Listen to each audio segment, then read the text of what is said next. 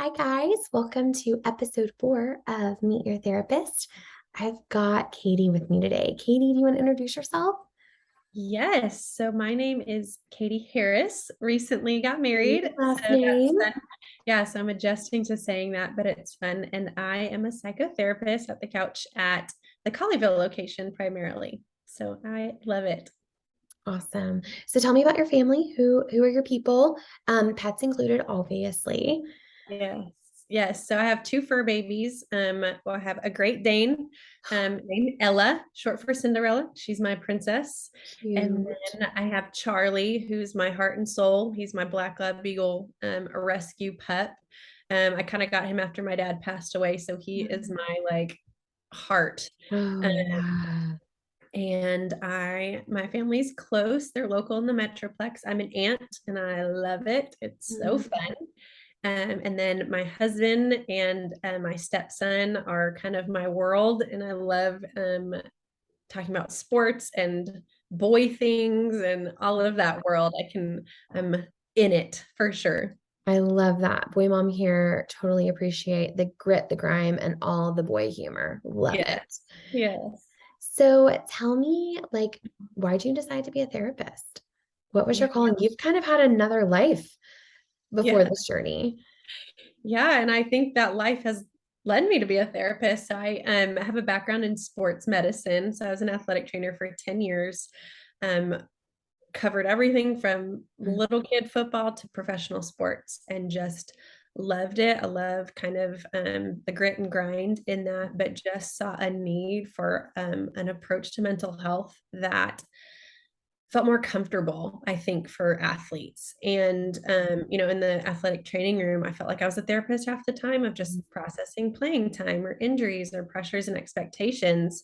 But I wasn't equipped and I had no idea what I was doing. I was just talking to someone. And so I decided to go back to school to get my master's in counseling and realized I was probably more equipped than I thought because it is Yeah. talking and listening and reflecting and just being a support for somebody. But I felt like I learned some more skills to become like a therapist in this next chapter of my life that has been just incredible. It feels so rewarding to not just know like physical healing qualities of the body, but also kind of help this emotional and heart healing journey with people. So, kind of holistically circling my careers together in this. Love that. So how does that blend with like who your ideal client is or like your specialty? Like dig us into that a little bit there.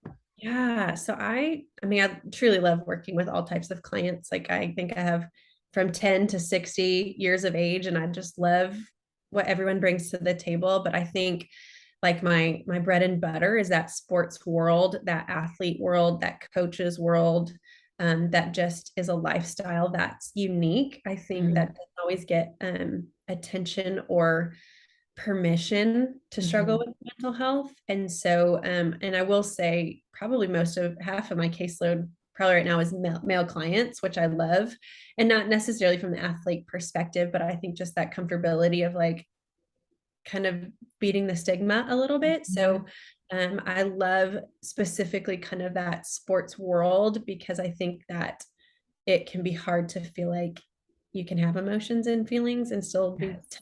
tough in a Yeah. way. But I almost think there's a strength in that and in that vulnerability that just has to be pulled out of somebody. So that's probably my ideal client of just like that niche, whatever that word is, into that sports world and mentality just after being there for 10 plus years.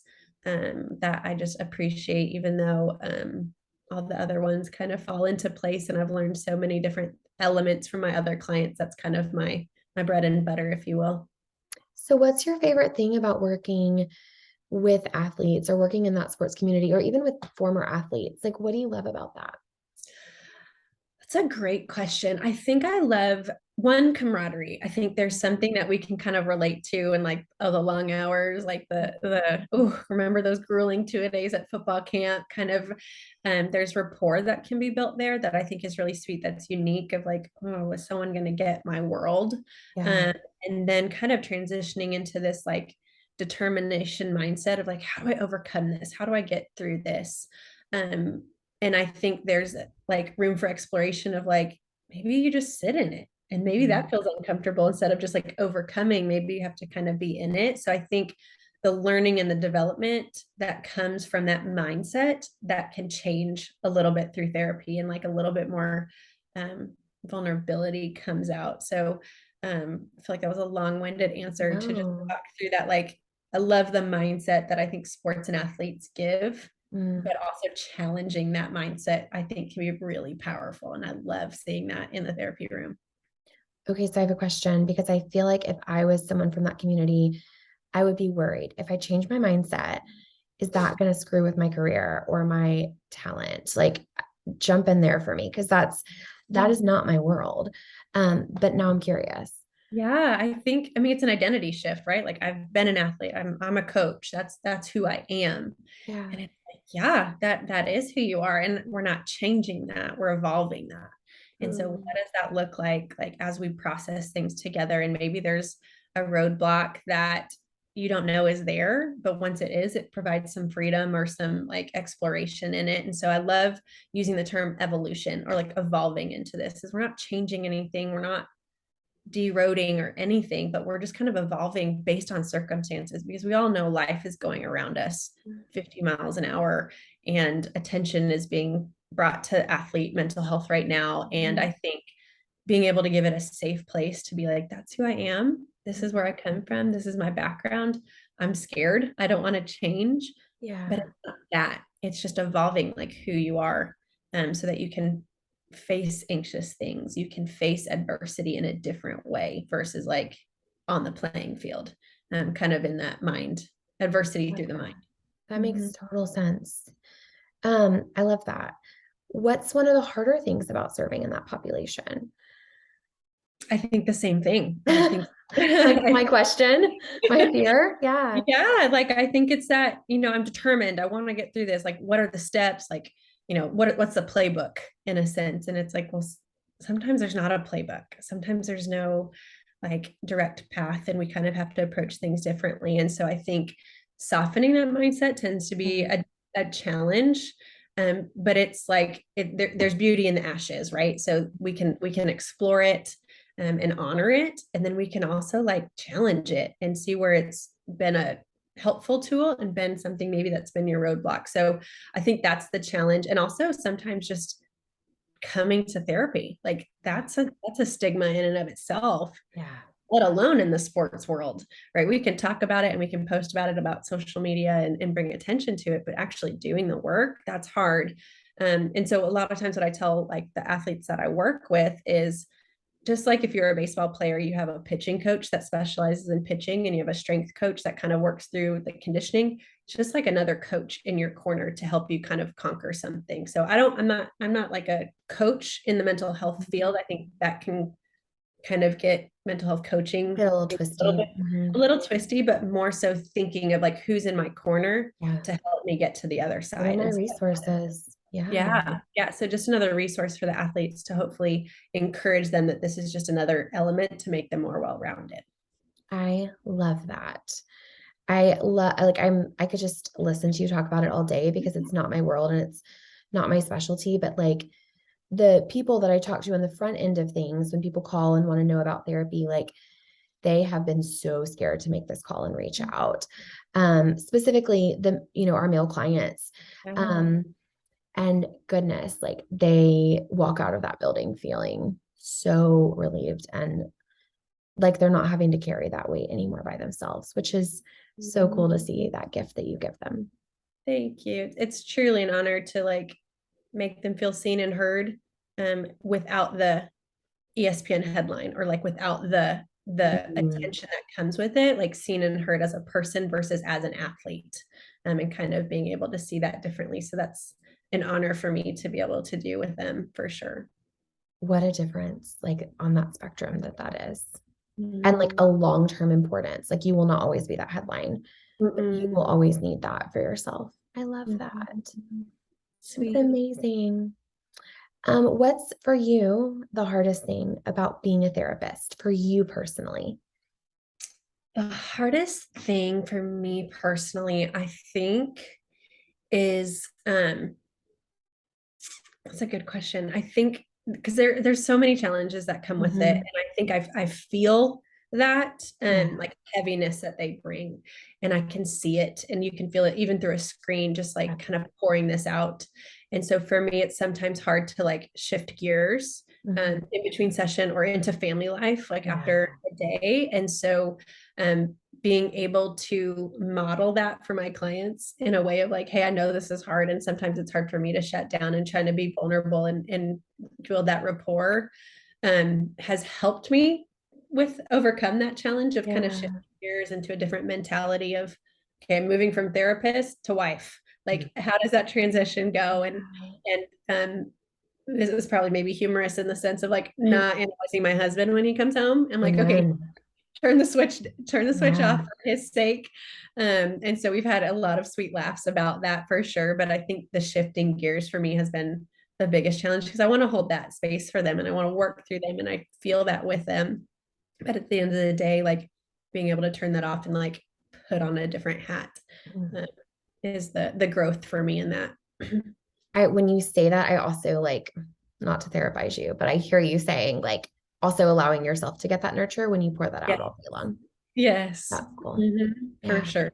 It's difficult. Let's switch to some fun stuff. So like favorite line, book, movie, song, what you got for me? So I think one that sticks out to me is from the book Little Women. And it's classic. I am not fearful of the storm. I'm just figuring out how to sail my ship. And I just love that, because we can get caught up, and I know me personally can get caught up in the storm and like what's coming. But when we can be present and just be like, I'm just going to focus on my ship. Like, what do I have in my toolbox? What's in front of me? You know, and kind of facing it with like that confidence versus focusing on the storm, kind of focusing on you. And so that's one that kind of gives me that like grounding in a way of like, okay, what can I do in this moment? So that's probably one of my favorites. I love that. Are you into poetry? Is that a thing for you?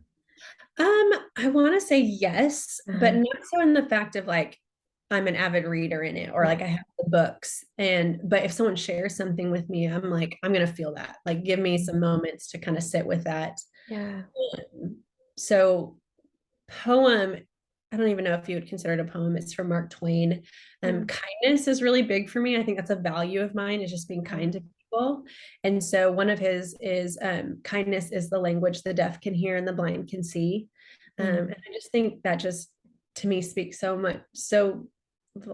much volume in what kindness can do. And like, I think we've all maybe heard that quote that's like, always be kind because you never know what someone's going through. No joke. So that's just a value of mine. So probably that Mark Twain quote poem. You're like an original old school kind of gal, like I the Little am, Women, the I'm Mark old Twain. soul. I like it. I like it a lot. Yes. Like I learned something new about you today. Yes. Old soul for sure. Okay, new soul. Any Yeah. favorite Instagram accounts to follow? Favorite Instagram accounts to follow. I really enjoy Dr. Julie. So she is Yeah. a psychiatrist out of like London or England. Ugh. She just has such good visuals that I'm like, yes, girl, I'm on the same page Are as you a that. visual learner? Like, is that what speaks to you? Yes. Yeah. Yes. And any of my clients will tell you I'm like pulling in like visual analogies like all the time. But yes, I love her visuals. I love kind of how she speaks. And then the hidden opponent is one that I really like too. It's mental health in the athlete world. So like mental health stigma as the hidden opponent that you're going up against is also one that I really have enjoyed kind of exploring a little bit. I want to borrow. Can I borrow? Yeah. That Yeah. sounds amazing. Yeah. It's really sweet. Is that a good one for like if like any athlete that would be a good read for them? Yeah, I think so. I mean, I think it's founded by athletes. And so I think that's where it's like, oh, these are my people. And so they kind of get it. And so I've enjoyed the resources that they provide, and kind of the accounts that they follow too have been helpful for me when working with clients. I love that. Okay. Fun question. Who would play you as a therapist in Hollywood? Ooh. This like stumps everyone.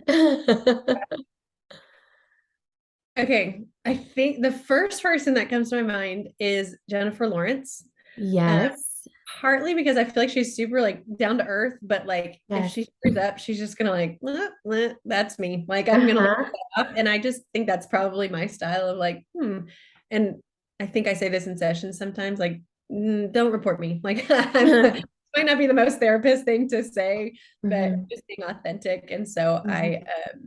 I think maybe her just because of that, like this is who I am, Mhm. but also just really cares. She seems to really care for people. So, I love yeah, that. that's my Wasn't she thing. the one that had the awkward dress moment at the Oscars? And like she just like did so great, like playing it off. Yeah. Mm-hmm.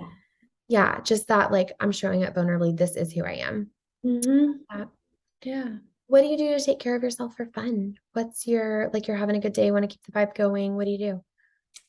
I um I usually if I need to I shower. Like like that's my safe place, like just add water kind of philosophy. I'm not a bath girl, but just This like is shower. controversial. All Oh. of our team is bath girls. You're my first shower answer. This is interesting. Oh, Mhm. I can't sit. It's just I feel like I'm sitting in Sitting in dirty your water filth. where a shower feels like I'm cleaning things off of you. Yeah.